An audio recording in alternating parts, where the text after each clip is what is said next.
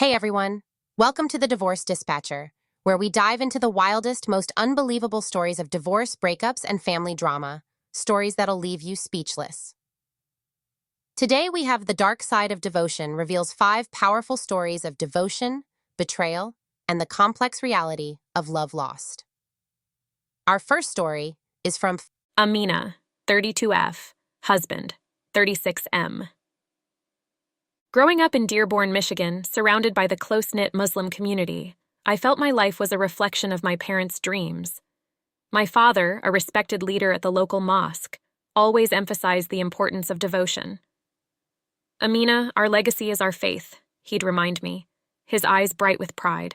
My mother, who held the household together with quiet grace, would nod in agreement, her voice a gentle echo of his teachings. The community was an extension of our family. What we did and how we behaved was under constant watch. Every whispered prayer, every nod at Friday prayers, carried the weight of reputation. By the time I turned 18, marriage wasn't just an expectation. It was the fulfillment of my duty as a Muslim daughter. Khalid came into my life as a beacon of everything my parents wanted. At 26, he was a scholar known for his eloquent lectures and his piercing black eyes that seemed to read your thoughts.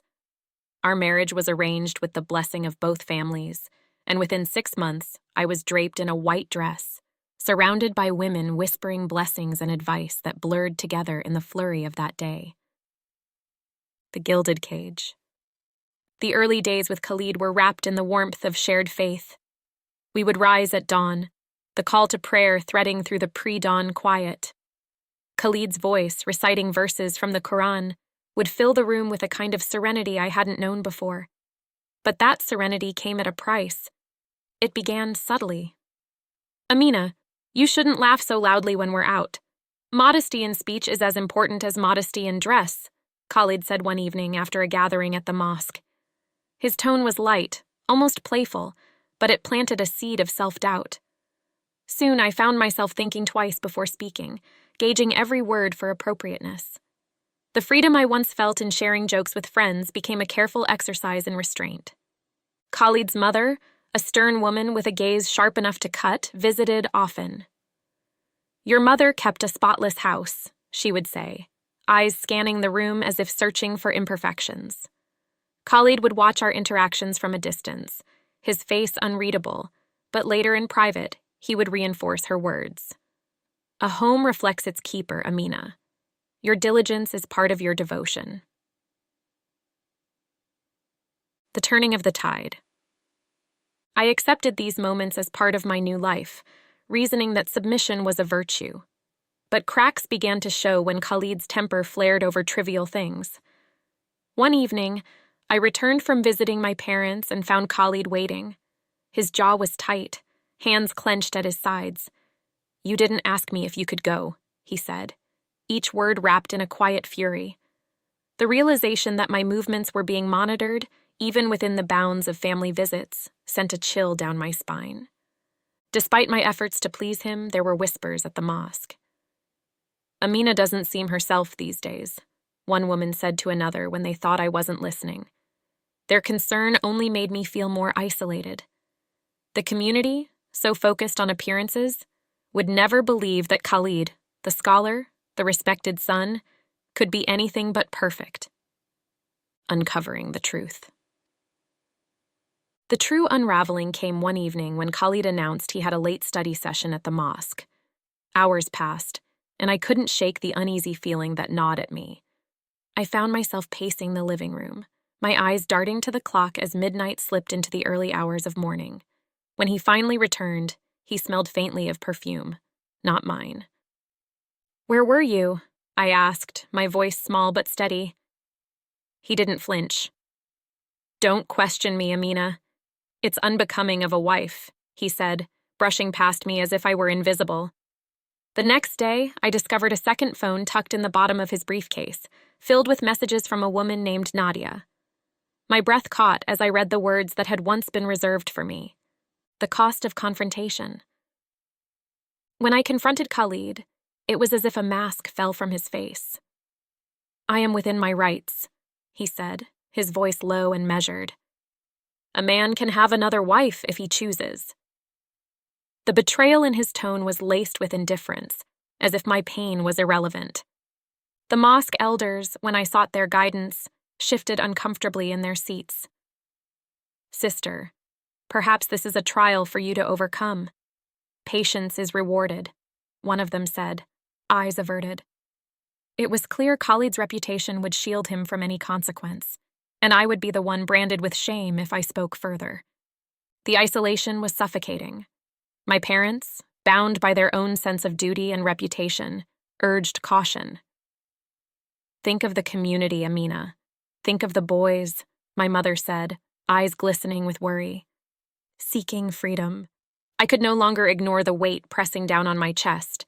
I reached out to an attorney, a woman who understood both civil law and the complexities of Islamic marriage. My voice trembled as I laid out my fears. What happens if I leave? Will I lose my standing in the mosque? Will Khalid use his influence to turn my friends and family against me? And my sons? How can I protect them from being caught between us? Will I be left with nothing? Divorce dispatcher. Here you rang? Amina, your courage is your anchor and you are not alone. Here's how to navigate your situation. 1. Community and reputation. Prepare for the possibility of social backlash, but know that there are those within the community who value integrity and justice. Engage discreetly with these allies. 2. Documenting evidence. The phone and messages you found are critical. Preserve any evidence that highlights Khalid's actions and inconsistencies between his public and private life. 3. Protecting your children. Emphasize your role as the primary caregiver and how Khalid's behavior has impacted your family's emotional well-being. Courts, even when considering religious customs, focus on the best interests of the children. 4. Financial stability. Ensure your lawyer is versed in marital property laws. Under Islamic law, you have rights to a fair settlement, including maintenance, nafaka, and any shared assets. 5. Maintaining your faith. Your spirituality is yours alone, separate from Khalid's actions. Reach out to progressive religious leaders who can provide spiritual guidance without judgment. Remember, this is not just a departure from Khalid. It is a step toward reclaiming your voice and rebuilding your peace. Next, our second story is from Rachel, 39F, 41M. In our Orthodox Jewish community in Brooklyn, my life followed a script passed down through generations. My father, a man of unwavering faith, would sit with me by the window, watching the Sabbath candles flicker as he recited blessings. Rachel, your future is in building a house that reflects God's will, he would say, his voice thick with pride. At 19, I married Isaac, the son of a prominent rabbi and a man whose dedication to Torah study made him a respected figure in our synagogue. The illusion of the perfect home. The first years of marriage were spent building what looked like a blessed home. Isaac and I had 3 children, each named after revered figures from our heritage. Every Friday evening, I would spend hours preparing for the Sabbath, setting the table with our best silver and watching as Isaac led prayers, his voice steady and commanding. Our friends and neighbors often remarked on the harmony in our home. Rachel, you and Isaac set such an example for the rest of us, a friend once said, eyes glistening with admiration. But what they didn't see was the way Isaac's devotion turned into control. If a dish was too salty or a prayer not recited with enough fervor, his jaw would tighten. Rachel, you need to be more attentive, he'd say, the warmth in his voice replaced by icy disappointment. The children, sensing the tension, would sit straighter, afraid to make a sound. Ruth, Isaac's mother, was a constant presence. The kitchen isn't kosher enough, Rachel, she'd chide, her eyes sweeping the room as if tallying my failures. Isaac would reinforce her critiques with subtle nods and pointed glances. The weight of their combined judgment turned our home into a stage where I played the role of the devoted wife, never daring to break character. The unraveling begins. Isaac's ambition knew no bounds. He took on leadership roles that required late nights and frequent travel. At first, I admired his dedication, proud to be the wife of a man so committed to his faith. But then I started noticing changes. He became secretive, guarding his phone and taking calls in whispered tones. "It's synagogue business, Rachel," he'd say when I asked, dismissing me with a wave. Rumors began to ripple through the community. Miriam, a close friend, mentioned over tea one afternoon, "I heard Isaac has been spending a lot of time with Leah, the cantor's wife. People are starting to wonder." My heart dropped. Leah was known for her beauty and her voice, which could silence a room. That night, I waited for Isaac to come home, the hours stretching into silence. When he finally walked through the door, I confronted him, my hands clenched into fists at my sides. "Isaac, what's going on between you and Leah?" He paused, eyes narrowing as he assessed me. "Rachel, you're letting jealousy cloud your judgment. Be careful what you say, or you'll bring shame to this family." The moment of truth. The tension became a constant companion, present even during moments that should have been joyful. Our youngest, Miriam, performed in a school play, but Isaac refused to attend, claiming it was frivolous. The look of disappointment on her face was mirrored in my own heart. When I questioned him about prioritizing community events over our children, he snapped, "Everything I do is for this family's honor. If you can't see that, maybe you're the problem." I found myself questioning whether this was truly the life I was meant to live. The final push came when I overheard Isaac speaking on the phone late at night. "Yes, it's complicated, but soon. Trust me." The tone was intimate, far removed from the voice he used with me. Seeking guidance. I knew I couldn't face this alone. I reached out to a family lawyer who understood the intersection of civil and religious law. "What happens if I choose to leave?" I asked, my voice cracking. "Will I lose the children? Will the synagogue turn its back on me? Isaac's reputation is untouchable. How do I stand a chance?"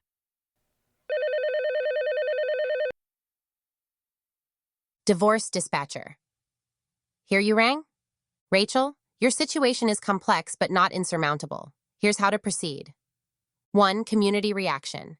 Understand that leaving may initially cause shockwaves, but support can come from unexpected places. Discreetly speak with other women in the community who have faced similar challenges or reach out to a support group for Orthodox women. 2. Custody. Document your role as the primary caregiver and any instances where Isaac's behavior has negatively impacted your children. The courts will prioritize their emotional and physical well-being. 3. Financial independence. Ensure your lawyer works to disclose all shared assets. You have rights to a fair division, even if Isaac attempts to withhold information. 4. Preserving faith. Your faith is your own. Reach out to a rabbi or religious leader who understands the nuances of divorce and can guide you spiritually through this transition.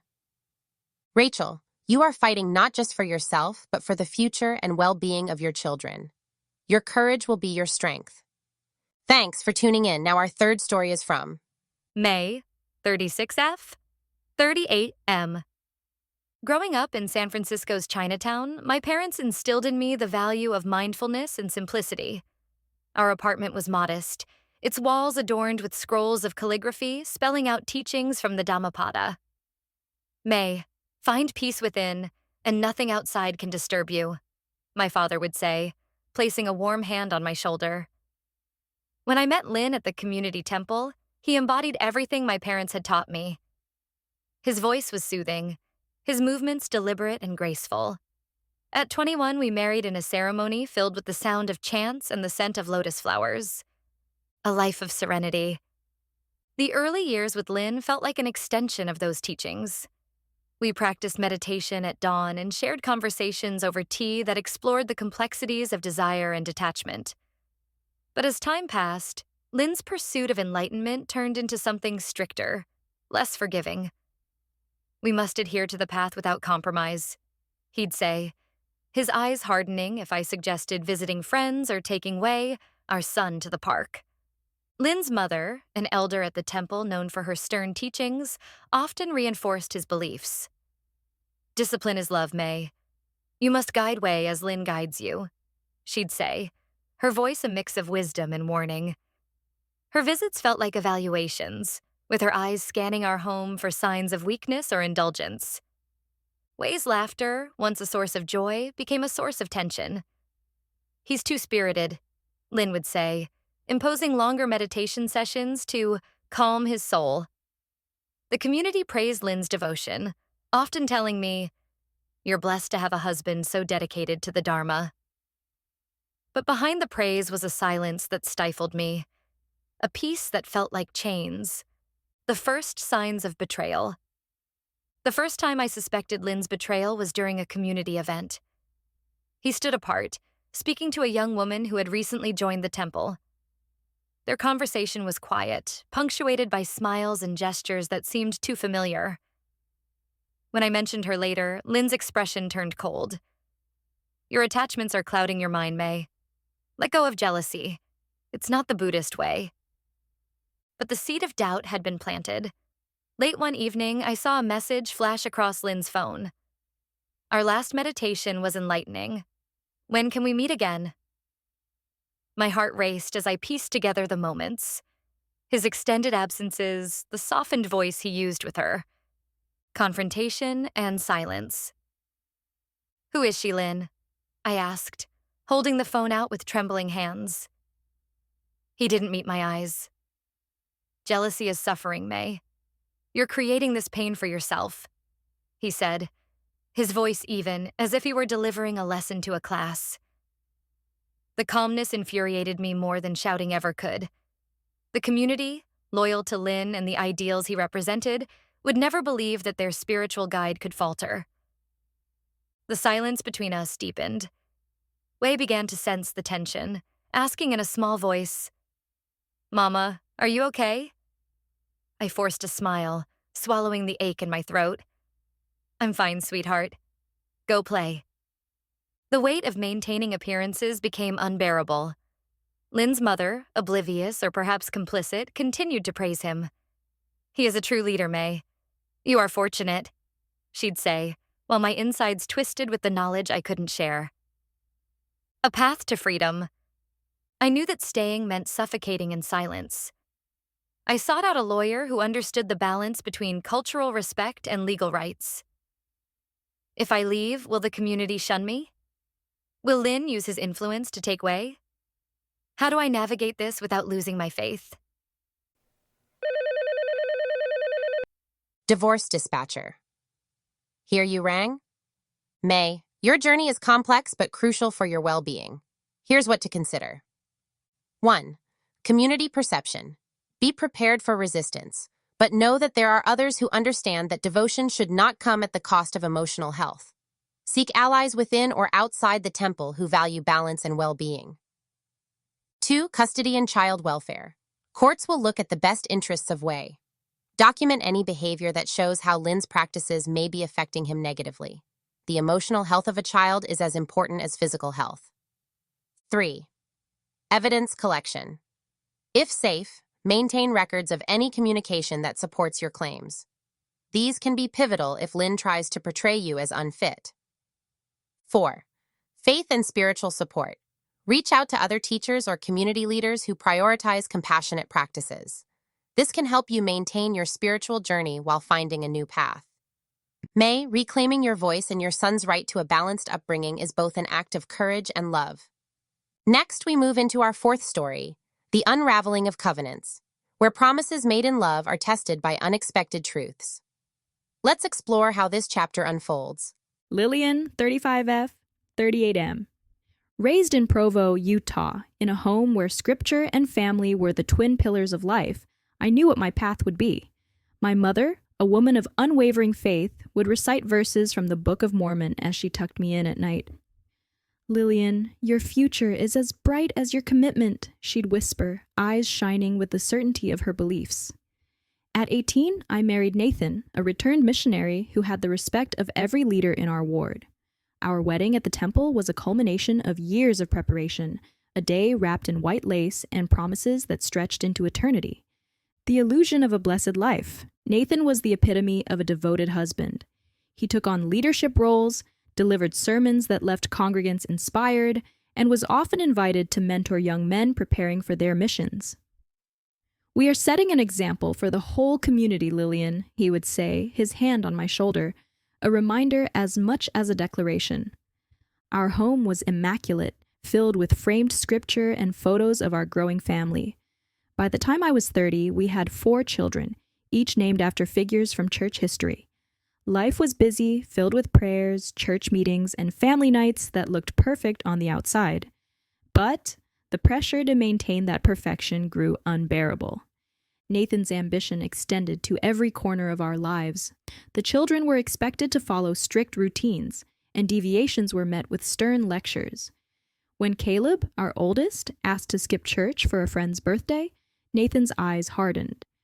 "We don't trade sacred time for worldly celebrations," he said, the finality in his tone ending the discussion.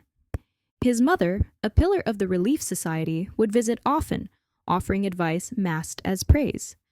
"Lillian, your home is beautiful, but remember the true test of a woman's faith is in her sacrifices," she'd say, casting a knowing glance at the dust-free shelves. The hidden fractures. I first noticed something was wrong when Nathan started coming home later than usual.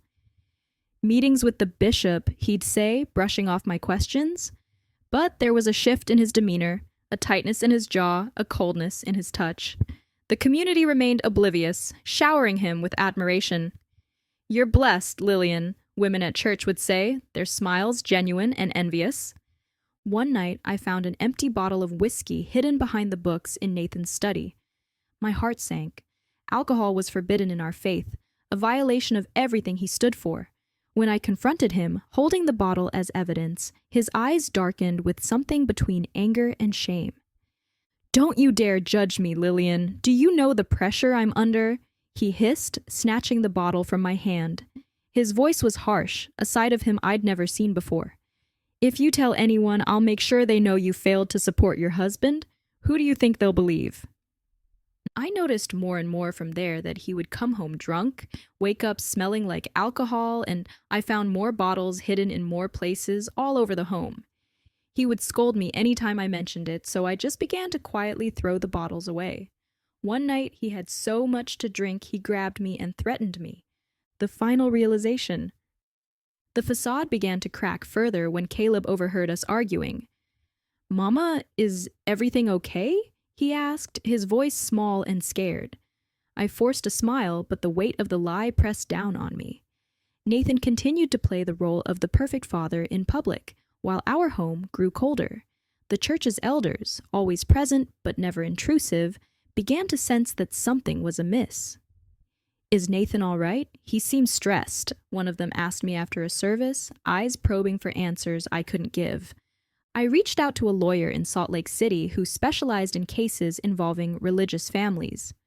What if Nathan uses his reputation to turn the community against me? Will I be branded as the wife who couldn't hold her family together? How do I protect my children from the fallout if I decide to leave? Divorce dispatcher. Here you rang? I am glad Lillian reached out to a divorce specialist in her area. Lillian is taking the first step to reclaim her life, which is an act of profound strength. Here's what to keep in mind. 1. When dealing with community reaction, Nathan's influence may initially sway opinions, but transparency about your role as a devoted mother and your reasons for leaving will shift perceptions.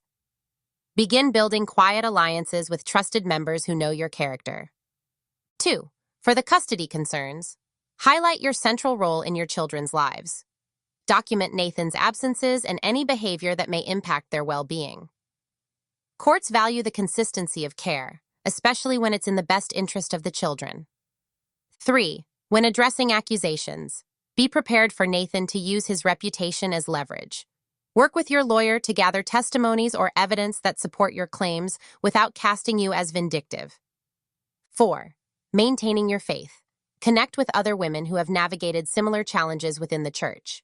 This can provide both emotional support and practical advice on staying connected to your beliefs while transitioning away from a marriage that no longer reflects them. Lillian, remember, the strength of a family is not just in staying together but having the courage to protect its members, even if that means taking a difficult path. And now we arrive at our fifth and final story, a tale that delves into betrayal, resilience, and the strength to rebuild. Let's uncover the last chapter in this series of gripping divorce stories. David, 42M, 39F.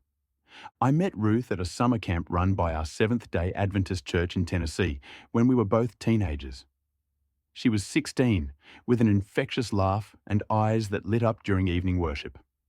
We married at 20, bound by our shared faith and the promises we made to God and each other. Our life was structured around religious observance. Every Saturday, our house was filled with hymns, prayer, and the understanding that the Sabbath was sacred, untouchable, the foundations of faith. In the early years, our dedication felt like a blessing. Ruth led our children in Bible study every morning and made sure our home reflected our beliefs, with verses painted on the walls and shelves lined with religious texts. "We are a light to the world, David," she'd say, her voice filled with conviction. I believed her, felt pride in the family we were raising. But as the years passed, Ruth's devotion grew rigid. The children learned early that the Sabbath was a day of strict rules, where even laughter felt out of place. "God hears everything, Sarah," Ruth would say to our eldest, her tone severe when Sarah's giggles broke the silence. The joy that once filled our home began to fade, replaced by an unspoken tension. Our community praised Ruth for her unwavering commitment. "You're blessed, David," the pastor would tell me, clapping me on the back after a sermon. But that praise came with an unspoken pressure. To falter would mean more than personal failure. It would mean failing our congregation. Cracks in the foundation. I started noticing changes in Ruth when she began attending a Bible study led by a visiting pastor known for his fiery sermons. She'd return home late, eyes wide with fervor and ideas that pushed the boundaries of our traditional beliefs. "Pastor Lewis says we must prepare for the end times with new understanding," she'd say, her voice almost reverent. I nodded, unsure but unwilling to challenge her in front of the children. It wasn't until I found a series of emails between her and Pastor Lewis that my unease turned into dread. They spoke not just of Scripture, but of private moments and shared confidence. When I confronted her, she didn't deny it. "You've become complacent, David. He understands what it means to truly live in faith," she said, her eyes burning with conviction that felt like betrayal. The community's influence. Rumors spread quickly in small congregations. I began noticing the way people looked at me, their questions veiled but persistent. "Ruth seems different lately, doesn't she?" a church elder asked, his tone casual but probing. The children too sensed the change. Our youngest, Jacob, whispered one Saturday, "Daddy, why doesn't Mama sing with us anymore?" The tipping point came when Ruth announced that we would be joining Pastor Lewis's breakaway group for more intense worship sessions. "It's the right path, David. You'll see," she said, her smile brittle. I saw the worry in Sarah's eyes and felt a protective anger rise in me. I couldn't let my children be pulled into something I no longer recognized as our faith. I reached out to a lawyer with experience in cases involving religious practices. If I separate from Ruth, will I lose my place in the church? Will the community side with her? How do I protect my children from being influenced by this new doctrine? Divorce dispatcher. Here you rang? David, your commitment to both your faith and your family is clear. Here's how to move forward. 1. With community and influence. Ruth's shift in beliefs may attract support from those who share her views, but many will understand your concerns. Frame your actions as being in the best interest of your family's stability and well-being. 2. When discussing protecting your children, emphasize the need for a balanced approach to worship that doesn't alienate them or cause emotional stress. Courts are likely to prioritize an environment that supports their overall well-being. Gather testimonies from neutral members of the church or family friends who can speak to your role as a caring and present father. 3. Navigating religious tension. Look for alternative groups within the Adventist faith or other Christian communities that align more closely with your beliefs. This will provide spiritual continuity for you and your children while you navigate this transition. David, reclaiming peace for yourself and your children is an act of devotion that honors the true essence of your faith. So, as we conclude our journey through these 5 compelling divorce stories, we're reminded of the complexities of love, trust, and resilience. Each story reveals a piece of the human experience, raw, emotional, and deeply relatable. Divorce is never just an end. It's a chance to rebuild, rediscover, and move forward with strength. Thanks so much for watching. If you enjoyed the video, please comment, like, and subscribe to our channel. Don't forget to hit the notification bell so you won't miss our next video.